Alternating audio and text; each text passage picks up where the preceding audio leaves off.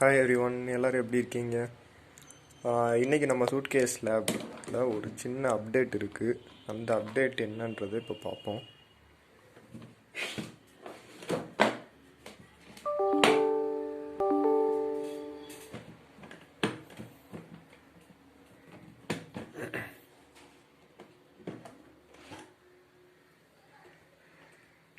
இதுதான் அந்த சின்ன அப்டேட்டு.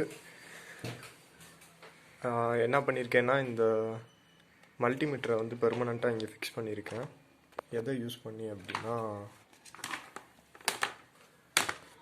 இந்த க்ளூ கன் யூஸ் பண்ணி நான் இதை பெர்மனண்ட்டாக இங்கே ஃபிக்ஸ் பண்ணியிருக்கேன். அதுக்கடுத்து பார்த்துக்கிட்டிங்கன்னா, இங்கே ஒரு சின்ன ஹோல்டர் மாதிரி வச்சுருக்கேன். இந்த ஹோல்டர் எதுக்குன்னா, இந்த வயரை வந்து இங்கே அப்படியே பெர்மனண்ட்டாக ஃபிக்ஸ் பண்ணிக்கலாம். அதுக்காக ஒரு ஹோல்டரு. நெக்ஸ்ட்டு என்ன அப்டேட் அப்படின்னா, இந்த சால்ட்ரிங் ராடை வந்து நான் வந்து ஃபிக்ஸ் பண்ணணும். இந்த சால்ட்ரிங் ராடு வித் ஸ்டாண்ட் எல்லாத்தையும் உள்ள பெர்மனண்ட்டாக நான் ஃபிக்ஸ் பண்ணணும். அதுதான் என்னோடய நெக்ஸ்ட் அப்டேட். சால்ட்ரிங் ராடை ஃபிக்ஸ் பண்ணுறதுக்கு முன்னாடி எனக்கு இங்கே ஒரு சின்ன ஸ்டாண்டு மாதிரி இருக்குது. இதில் நான் என்ன பண்ண போகிறேன் அப்படின்னா, இதையே அப்படியே சால்ட்ரிங் ராடுக்கு ஒரு பெர்மனண்ட் ஹோல்டர் மாதிரி மாற்றிக்கிட்டேன். வயரு உள்ளே இருக்கட்டும். இப்போ இந்த ஸ்டாண்டை மட்டும்தான் நான் இங்கே உட்கார வைக்க போகிறேன்.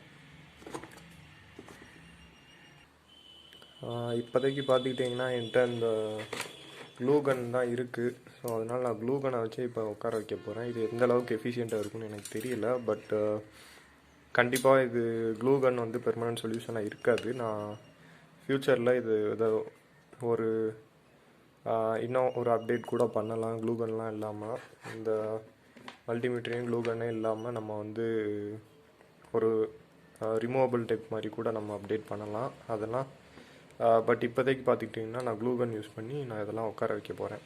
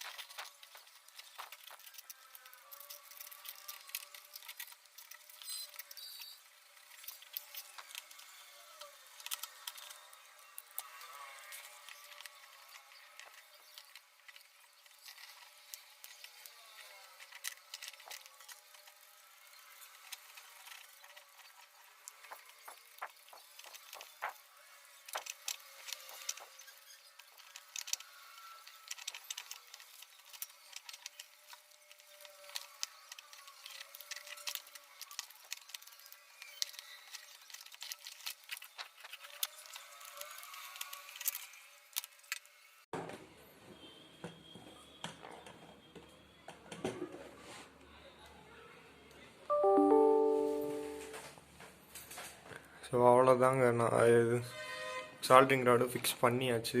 இதுதான் இன்றைக்கி சூட்கேஸ் லேபரேட்டரியில் இருக்க அப்டேட்.